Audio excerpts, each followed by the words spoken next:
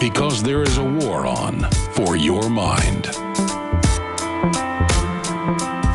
Back in 1993, right after the first World Trade Center attack, I remember listening to local talk radio where a talk show host was discussing Emad Salem, the FBI informant, the former Egyptian military colonel who went undercover for the FBI and infiltrated the first al-Qaeda cell on American soil in New York City during the 93 World Trade Center bombing. He also penetrated the headquarters of al-Qaeda in America under the leadership of the blind sheikh Omar Abdel Rahman and the underground terrorist cell who was planning to blow up the landmarks in New York City and became the government's star witness in the Day of the Terror trial. He is the author of Undercover, The Untold Story of Al-Qaeda, the FBI, and the CIA in America. EmadSalem.org. I've read the book. It came in a few weeks ago. Extremely powerful information. Now, folks, we're going to recap today in the next 50-something minutes what happened in 93. He sent a lot of photos and clips for TV viewers. For radio listeners, you can go to InfoWars.com/show and find the free video feed. Or by tomorrow, we'll have an archive of this on the front page of PrisonPlanet.com and InfoWars.com. But this guy is a patriot for freedom. He'd worked in intelligence operations, fought extremists in the Middle East. Egypt, one of our biggest allies, as you know, betrayed, set up, turned over to radicals, and the military came in and ousted them.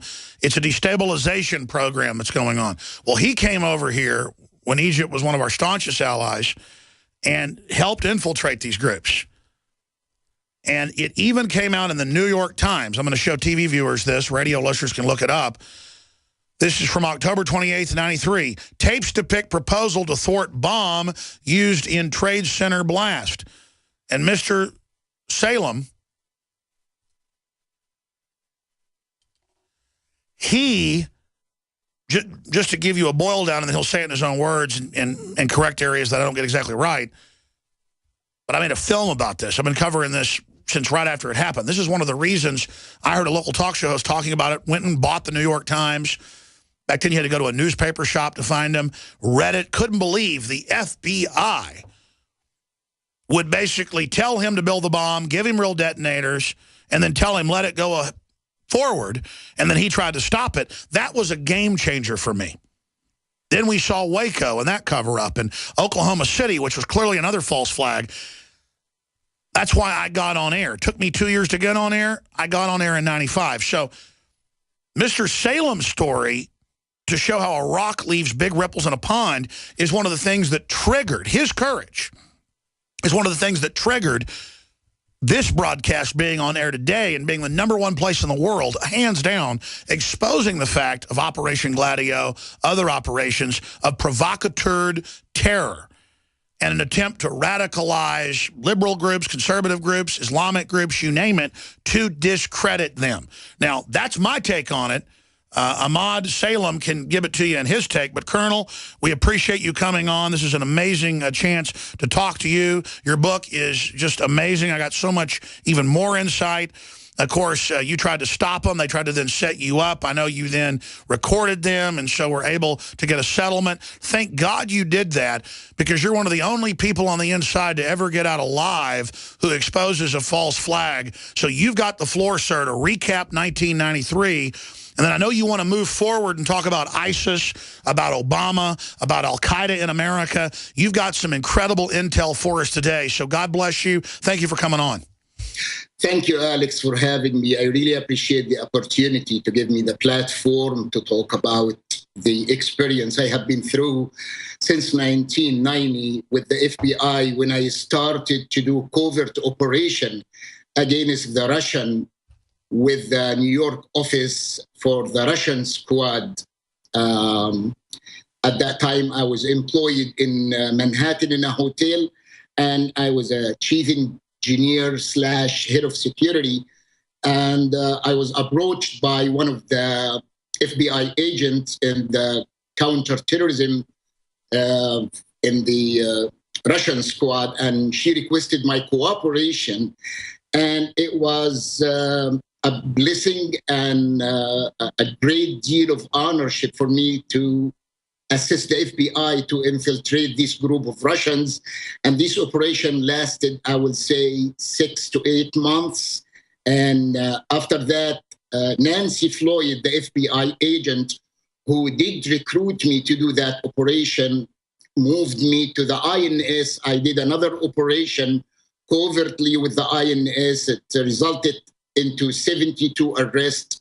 And then I moved into the terrorist squad. And that's at the beginning of my involvement with the JTTF, which is the Joint Terrorist Task Force, the New York office. There is few things I would like to correct it, that so many news outlets reported that I went to the FBI, I knocked the door, I said I have information. That's a false information. Actually, the FBI came to my office in the hotel at that time and requested my cooperation, and I was completely honored to do it with no return or no payment or no nothing, because I did my job as a U.S. citizen. And so you did it for honor and justice? Absolutely. Not a penny for the first 6 months, and then another 3 months for the INS. And then I started with the terror squad. At that time, it was assassination in Manhattan for a Jewish rabbi. His name is Meir Kahane, by an Arab person. And the FBI didn't have enough information about what's going on inside this group. They asked me to go inside, and I did. And I became a member of El Sayed Nusayr, which is the assassin of Meir Kahane, his group of fundraising and collecting money to support his defense. And he was being defended by a Jewish lawyer. His name is William Kunstler. He is no longer with us now. He passed away. However, Sayed Nusayr was acquitted in the first part, but because of the information I provided, I went to Sayed Nusayr in prison in Attica and in Rikers Island, and he told me that he did do the assassination, and he described it to me in details how he did it, because I was one of the insider at that time, and he thought that I am a fanatic as well, and I am going for the assassination of human beings, which I don't. No matter what the agreement or disagreement with somebody else, he's a human being. I have no rights to take his life. But that was a fatwa from the blind sheikh, Sheikh Omar Abdurrahman. It came a day during my infiltration to Sayed Nusayr's group. I was approached by one of the Joint Terrorist Task Force Special Agent John Antisev, and he showed me a newspaper picture for the blind sheikh. He said, "Do you know this person?" I said, "Yes, this is Sheikh Omar Abdurrahman, who assassinated my president, Anwar Sadat." At that time, I was still in the service in the Egyptian military, and I was present during the parade President Sadat was assassinated in. And I said, Agent John told me that this man is in New Jersey. I said, "My God, how did he came to New Jersey?" He said, "Well, that's unknown at this time, but what do you think?" I said, I think he is a very dangerous man. This man, wherever he go, people drop dead. And he is on the terrorist list. How did this man came into America? Lo and behold, he said, "Can you approach him?" I did approach the blind sheikh, and I get very close to him, covertly, of course. And then he asked me to go on a trip with him for fundraising into Detroit. At that time, the FBI provided me with a van. That van was electronically bugged through a certain chopper. They have their way of recording the information. But during our trip from New York to Detroit, the blind sheikh asked me, "I heard that you are retired from special ops in Egypt." I said, "Yes, sir." "Okay, you are do you know how to shoot? Yes, sir, of course. Are you a sharpshooter? I said, yes. He said, okay, if you wanted to repent from serving an infidel government, then you need to assassinate President Hosni Mubarak. At that time, Mubarak was coming the next Wednesday. It was shocking for me to have a straight order from the blind sheikh because he got the whiff first from his followers that I'm collecting money for Sayyid Nasser. I'm one of the close people that the Nasser group, and that's why he attempted to give me that order. And of course, all of that's being recorded on tapes. I said, okay, I think that's a good idea. I did not decline. And I made a point to bring that to the attention of my handlers at that time, which is Special Agent John Antisev and Detective Louis Napoli from the terrorist squad in the New York office. We came back from Detroit, and the blind sheikh requested me to visit Sayyid Nasser in Attica. I went to visit him in Attica. He gives me the order to build a bomb. Do you know how to build a bomb? I said, of course, I'm ex-special ops. He said, okay, I would like you to build a bomb and kidnap Henry Kissinger and Judge Duffy, who ruled against him in this case. And if you can kidnap an FBI agent, that will be great, so you can bargain to release me. I said, okay, Sheikh, that's a good idea. And I went back, I reported that to my handlers. From this point on, I start to ask Sayyid Nasser in the next visit, how am I going to build the bombs? I don't have materials. I don't know what to do. And that's as per the instructions. I was instructed by my handlers in the JTTF not to dictate or not to suggest targets or not to suggest bombings, but I always ask open-end question. And my open-end questions, how am I going to build the bomb? I don't have material. Sayyid Nasser described to me where to go in Canal Street, what is the name of the store, where to buy the fuse, where to buy the explosives.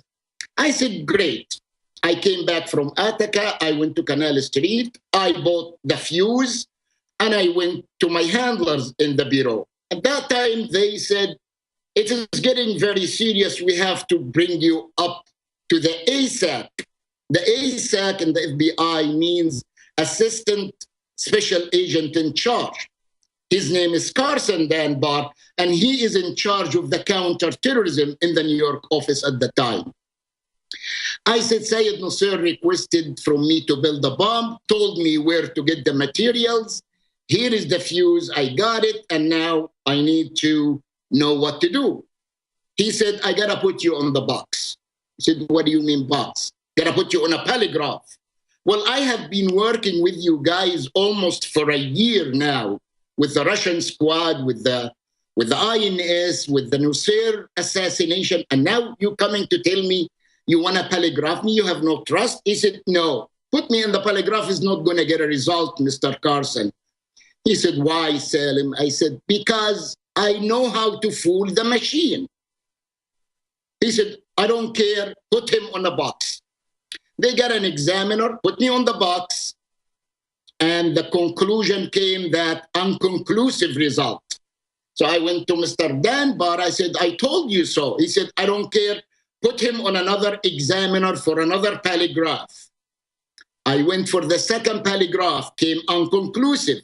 He called Washington headquarters for the FBI, brought the head of the examiners from Washington to conduct the test by himself. So it will not be unconclusive as usual.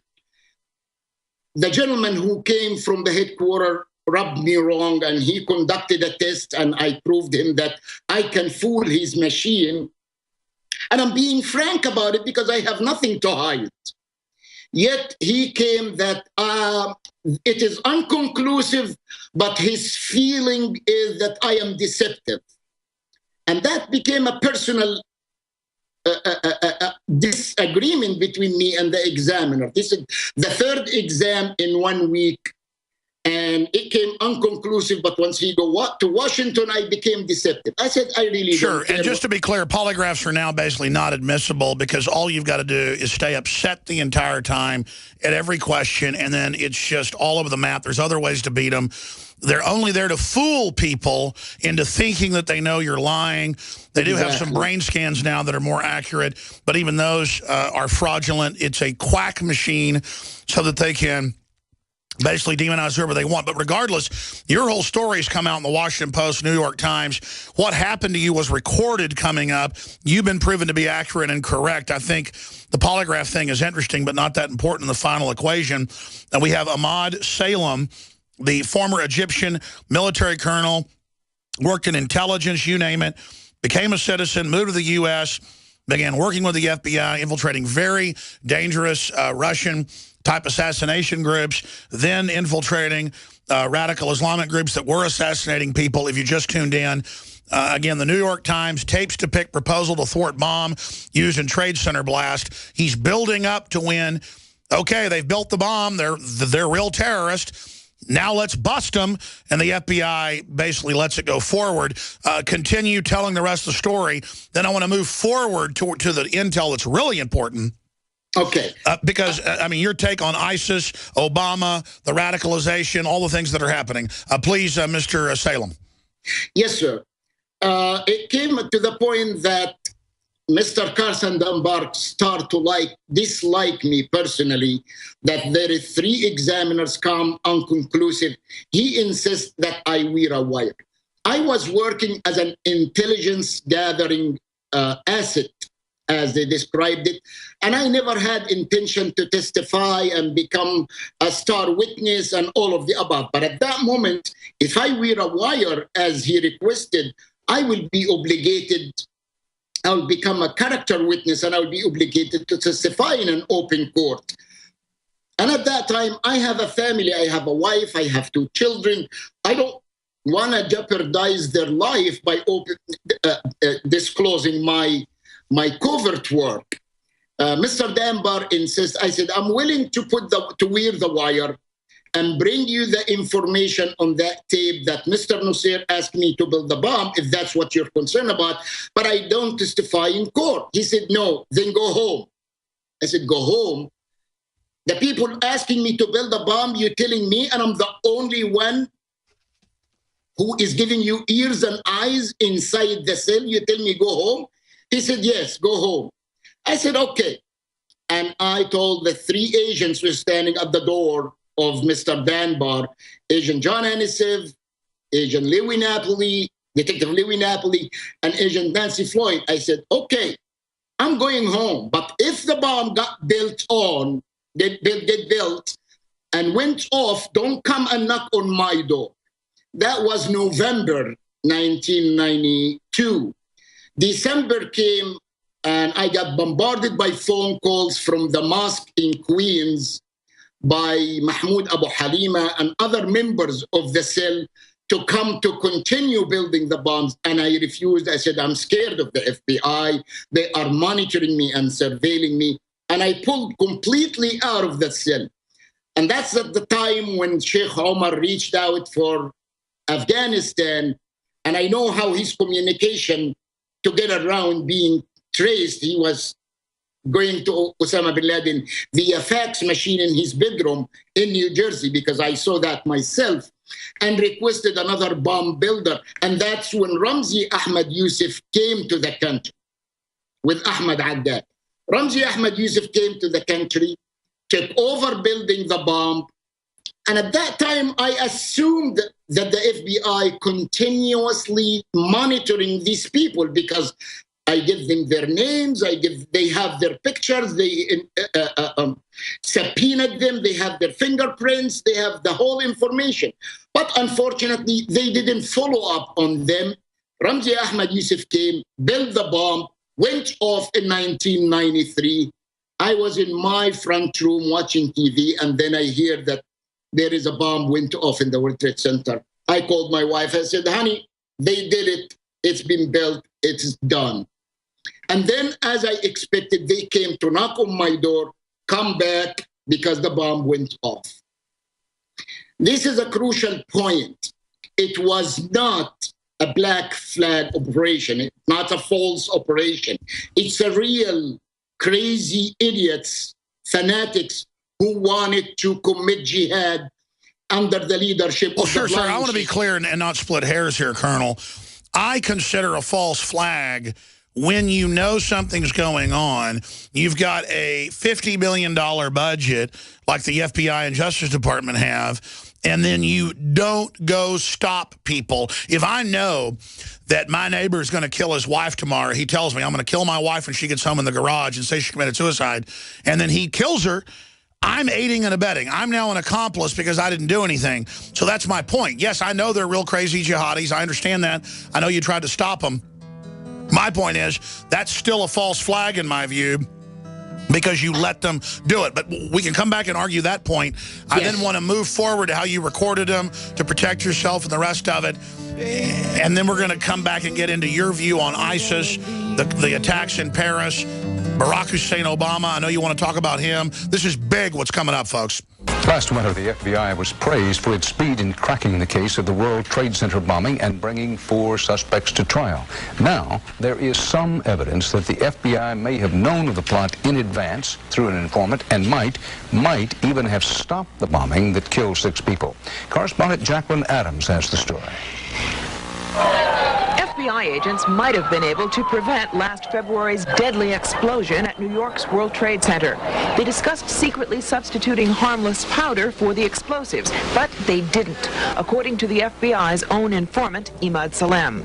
Unbeknownst to the FBI at the time, Salem recorded many of his conversations with his handlers. I'm holding 903 pages of draft transcripts.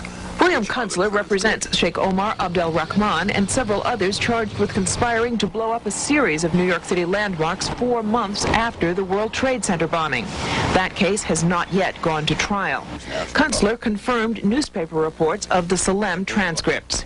In one, Salem complains to an FBI agent, "Since the bomb went off, I feel terrible. I feel bad. I feel here is people who don't listen."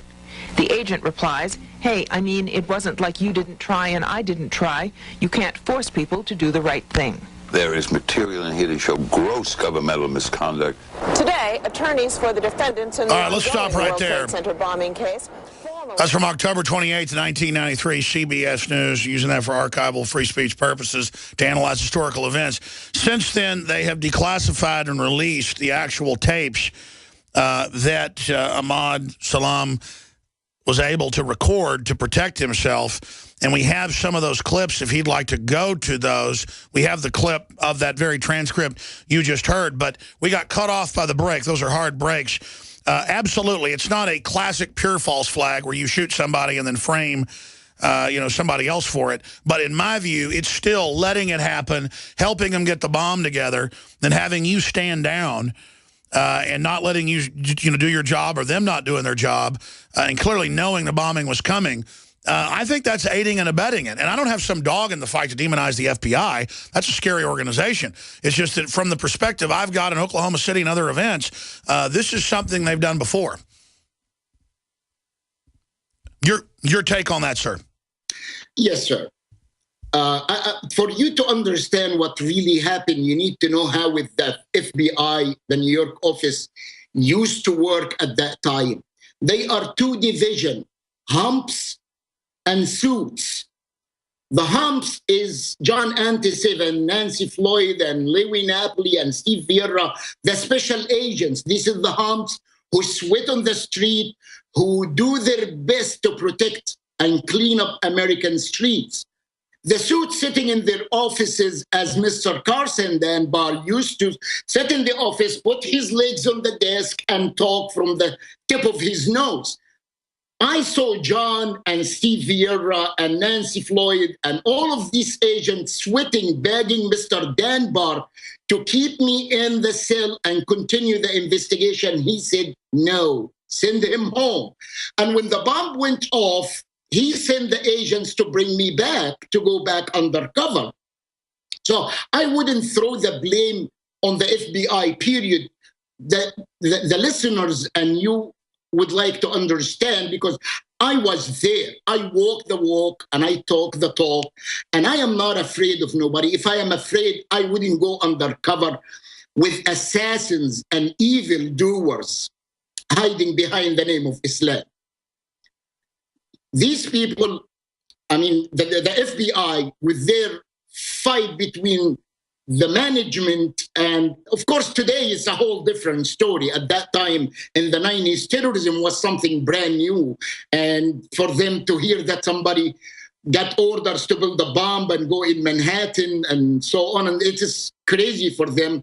But I wouldn't throw the blame on the special agents. The blame I understand. You're saying it's the bureaucracy. That's what the late John O'Neill said. Did you ever talk to John O'Neill? Because he gave a speech in England months before he died, saying, and he was, of course, the deputy director of the FBI, the head of counterterrorism. For those that don't know, the government's going to let al-Qaeda attack us to take liberties. A big change is coming. He quits the FBI, goes to work at the World Trade Center the week of 9/11, and then dies in it. Killed, yes. I mean, this is bizarre. So let's put bookends on the 93 event, and then give us your incredible info and expertise on what's happening in the Middle East, what Barack Obama really stands for, ISIS, all of it. I'm going to give you the floor, sir. This is one very important point. I would like to explain it to your listeners. Why President Barack Hussein not hitting hard on the terrorists and on ISIS? And I know it sounds crazy, but bear with me. President Barack was born after his older brother, Malik. The father, Mr. Hussein, named his son Malik, and that's one of God's names in Islam. The second son, he named him Barak. What does Barak mean? Barak is the right Prophet Muhammad, and we can see Mr. Malik sitting with Mr. Obama, visiting him in the White House. Mr. Malik is in charge of the Muslim Brotherhood in Africa. There's a lot of finances going on through Mr. Malik, and we can see him in another picture holding the Yemenian dagger on his waist. And he is a big supporter to the Muslim Brotherhood. And that explains that Mr. Barack Hussein is not hitting hard on the Muslim Brotherhood. On the contrary, he took them off the terrorist list. For years and years, the Muslim Brotherhood is on the terrorist list around the world. In the Arab world, who knows them best?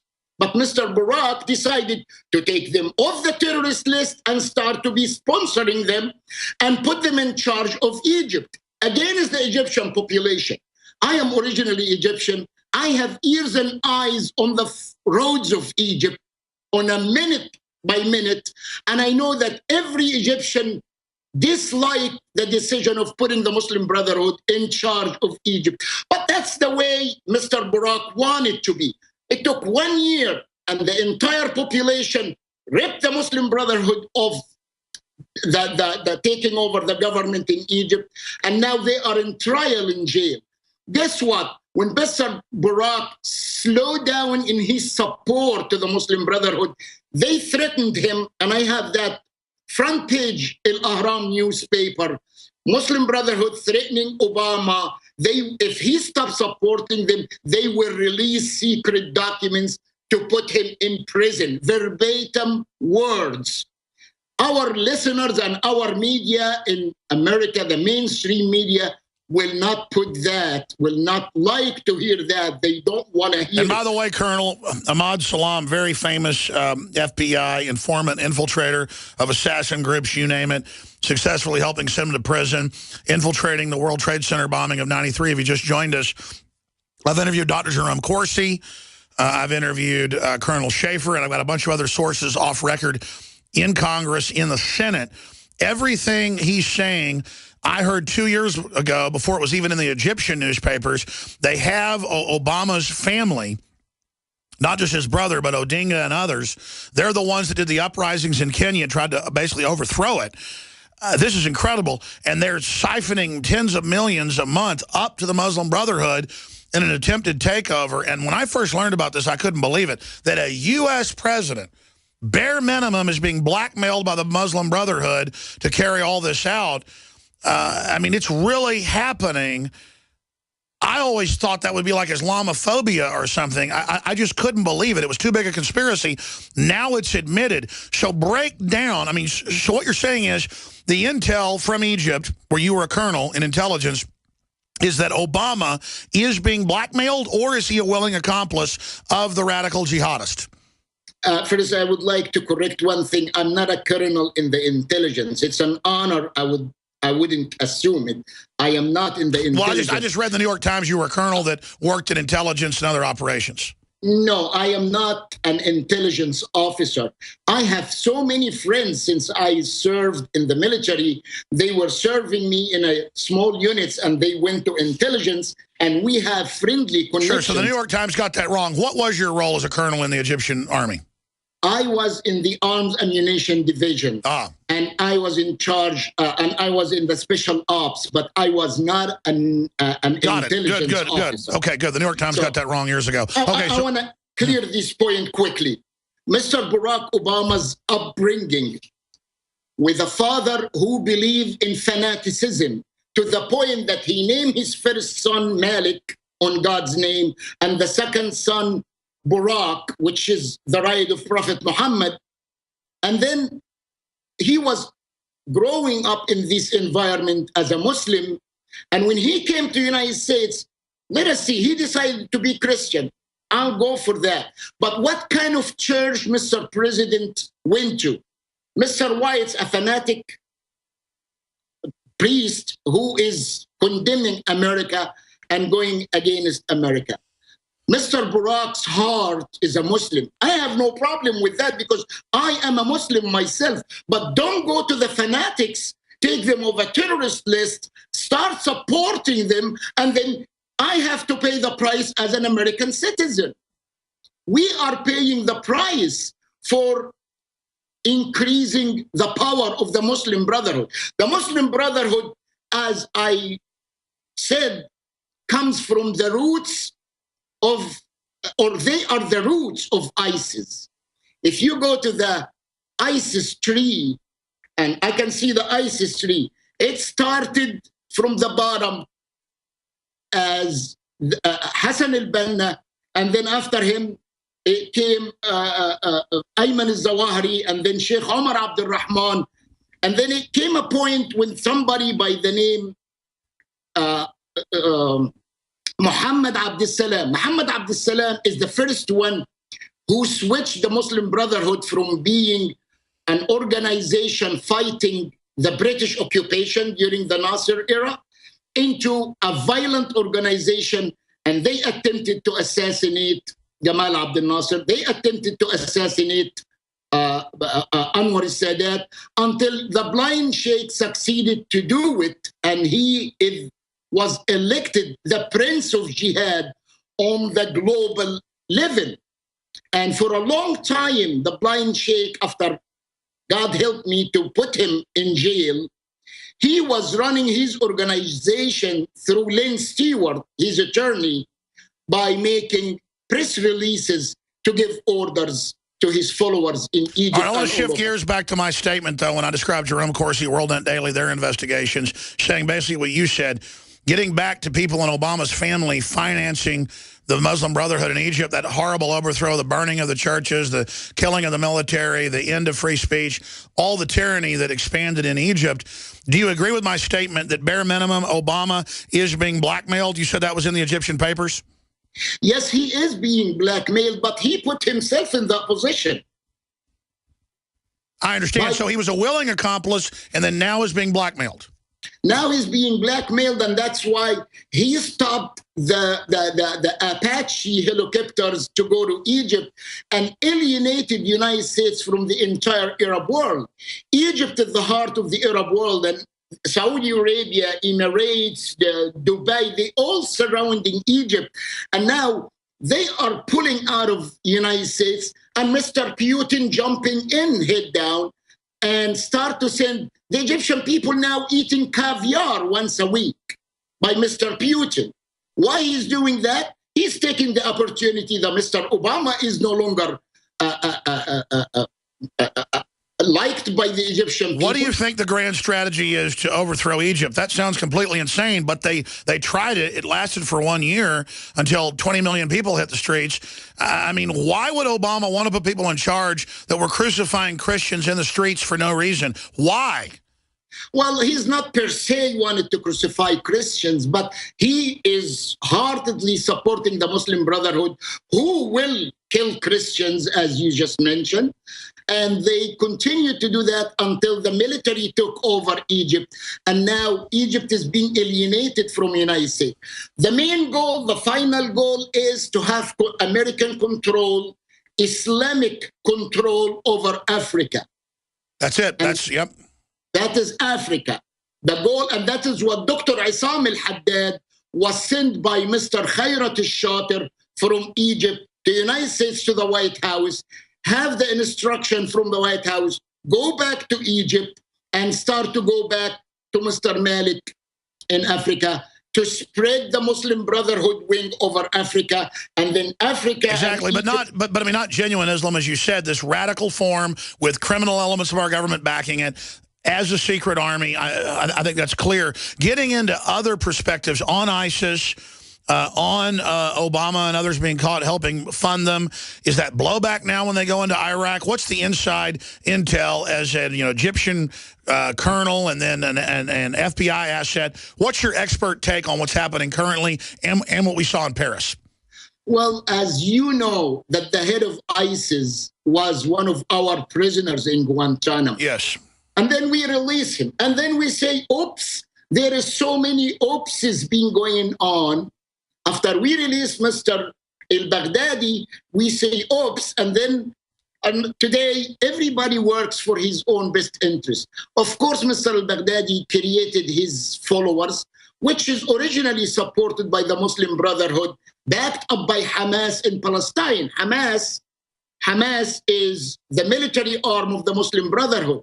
They are all connected. It is one tree. It started from Egypt under one leadership, and that is the Prince of Jihad, the blind Sheikh Omar Abdul Rahman. I'm going to tell you one thing. I'm following Sheikh Omar Abdul Rahman very closely. And sadly, for the first time since 20 years ago, he was taken out of prison, put in a hospital to prepare for his, what they call it, transfer. At the beginning, the State Department said, oh, we're going to release him. And then the media went crazy. You cannot release the guy, has American blood on his hand. Oh, well, we will transfer him. And then this is ridiculous. Shouldn't he have just been executed? I don't know about the capital punishment in New York. The guy should be in prison. He is not in prison. I will bet you something here. We have 2 or a year and 3/4 left for Mr. Burak. He will release the Sheikh before he leave office to shut the Muslim Brotherhood forever. And you can quote me on that. Incredible, sir. We've only got like 6 minutes left in the next segment. We can do a little bit of overdrive. I want to have you back for an in-depth, commercial-free, hour-long special sometime on the Nightly News to really give you the floor with all the documents and articles you sent us, to kind of do a live presentation sometime, or maybe a tape once we can add more video to break all this down. But amazing perspective. And from my own deep research of everything, I really can't disagree with anything you've said. It's just so over the top. Reality is so amazing. Emad Salem, former Egyptian military colonel, went undercover with the FBI and infiltrated the first al-Qaeda cell on American soil in New York City. He also infiltrated the Russians. When you think about this, what type of country would elect somebody who you don't even know really where they're from, and then they've got all these brothers and people and cousins that are radicals who've been caught trying to basically overthrow Kenya before? Man, this country is in trouble. And then they did overthrow Egypt for a year and had a reign of terror. And I used to hear all the right-wingers talk about this, and I just would roll my eyes because people call me a conspiracy theorist. Sometimes truth is so strange, I can't even believe it. Everybody should get his book. It is a page-turner. Undercover, Emad Salem, the untold story of Al-Qaeda, the FBI, and the CIA in America. AmadSalem.org. We'll tweet out Emad Salem, S-A-L-E-M. It's like Salem, AmadSalem.org. So you can get his book. Let me ask you this. I want to get back to the Paris situation and what's happening and going on. But you were saying off air to one of my producers, you can say this in your own words, about, did you say that Obama and others are trying to radicalize Islam? What's your view on that? And some of the Wahhabists out of Saudi Arabia, what's the agenda there? Well, I think that Mr. Obama's heart is for the radical Islam. But of course, he has to show the presidency for the American people completely. But all of his behavior, it just shows his support to the Muslim Brotherhood, which is against the Egyptian peoples and against their wishes. Today, the United States of America have been alienated from Egypt, from Saudi Arabia, from Dubai, from the only country with the United States at this time is Qatar. And when we took the 5 Taliban leaders and released them, they are fanatics and radicals. And you gotta imagine if these people today leading ISIS from Qatar or not. You cannot, in the day of the internet, to control what they will say and to who will they say. I think Mr. Obama, I have no problem for him to be loving to Islam. I am a Muslim myself. But please, Mr. Barack, please do not go for the fanatics and the radicals, because it bounced back to America. America is being hated as a government, not at the American people, in the Middle East, because of what you have been doing. Oh, yeah, Pakistan is mad at us for supporting radicals. People act like the Middle East loves radicals. They hate them. Unfortunately, that's the price the American people, you and I, will pay. That we get alienated from the Middle East, and when we go ask them to help us to fight ISIS, of course they say, if you coming to support a terrorist organization called the Muslim Brotherhood, you coming now, one of the tails of the Muslim Brotherhood, which is ISIS, you want us to help you fight it? Sorry. And they walk away. And they went far from the United States to get their weapons from Russia and from China.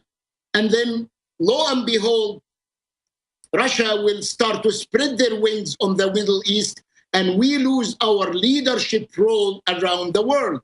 America, I immigrated to, is the United States of America, and it is the supreme power on the planet, and we should maintain that. Increase the military power and increase our leadership around the planet, not to shy from being American. I am proud to be one.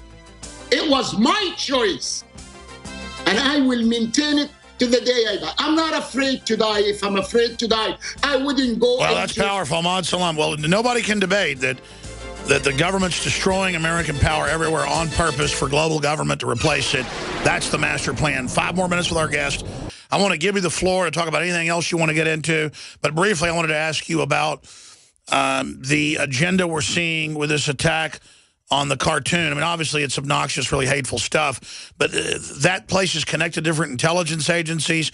It seems like there's an attempt to cause provocations and a clash of civilization to try to root the United States out of the Middle East, and that seems to be what Obama is doing as well. What do you think the grand strategy is here? I don't know about the grand strategy. I'm not privy to this intel, but I will tell you something. It makes me very suspicious to hear the assassins who commit, the evildoers who commit this massacre, saying, oh, we are Al-Qaeda from Yemen. Oh, really? If that is what you go to announce yourself in advance before you go kill 12 people, that you are coming representing Al-Qaeda from Yemen, or that's just a road to go and probably, I'm not so sure about that, invade Yemen. I don't know. I agree. No, clearly, this whole thing stinks to high heaven. I don't know the truth about it, but it isn't adding up. As more stuff comes in, we've got an open mind here. Other points you'd like to make, sir, and tell us about your new book. My new book is talking about my life. I'm living under assumed identity for the last 25 years, which it takes a big toll on my family and myself. Every once in a while, we get assumed identity, new assumed identity. You start from the scratch. We move from state to state. We moved 15 times. It cost money. It cost pain. It cost suffering. And I choose to do that because 6 people got killed in the first bombing in 1993. I am confident if Mr. The FBI, ASAC, Mr. Danbar, let me to continue the investigation, I will be the one who continue to build the bomb under the eyes of the FBI, as we did in the other 5 bombs in the Day of Terror trial. I went back undercover, and the people underground came, and we built 5 bombs under the supervision of the FBI and the video surveillance, and we substitute the real explosives with just harmful liquids and fertilizer, and they arrested all of them. 12 of them got arrested. And that's why I wrote my first book, to reveal the reality. It really hurt me bad that Mr. Danbar sent me to go work covertly, and then he released an article in the New York Post, or at least I think, I don't have the proof yet, I think he is the one who made that release, because this is a covert operation in the JTTF. How the reporter in the New York Post will know about it a month before we took the case down? And I insist to continue, because I don't want another 3,000-4,000 people to get killed. But Mr. Carson Danbar has to release to the New York Post that we have undercover operation with a fanatic. That was crazy, and that will make other Muslims afraid to step forward. Well, I agree. And now that ISIS is spreading all over the world, I would expect they're going to be attacking, or their copycats are, all over the place, and they can take American liberties. I want to invite you back on to do a whole hour in a month or so, sir, to talk about life under an assumed identity. I know you broke that today to come on and with your real name and do this. So be safe out there. Have a great weekend that's coming up. And God bless you. We appreciate your courage, sir. Thank you, Mr. Alex. Well, powerful. You can go to his website, ladies and gentlemen.